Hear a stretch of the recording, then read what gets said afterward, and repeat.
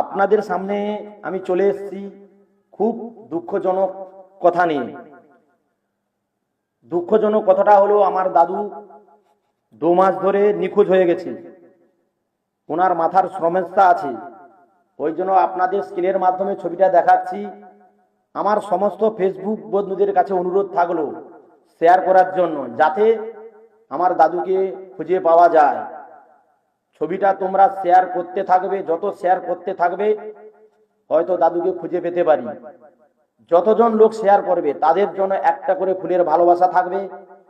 আর এবং স্ক্রিনের মাধ্যমে 2টো নম্বর থাকবে, এই নম্বরে যোগাযোগ করে ফোন করলে তাকে 10,000 টাকা পুরস্কার হিসাবে পুরস্কৃত করা হবে।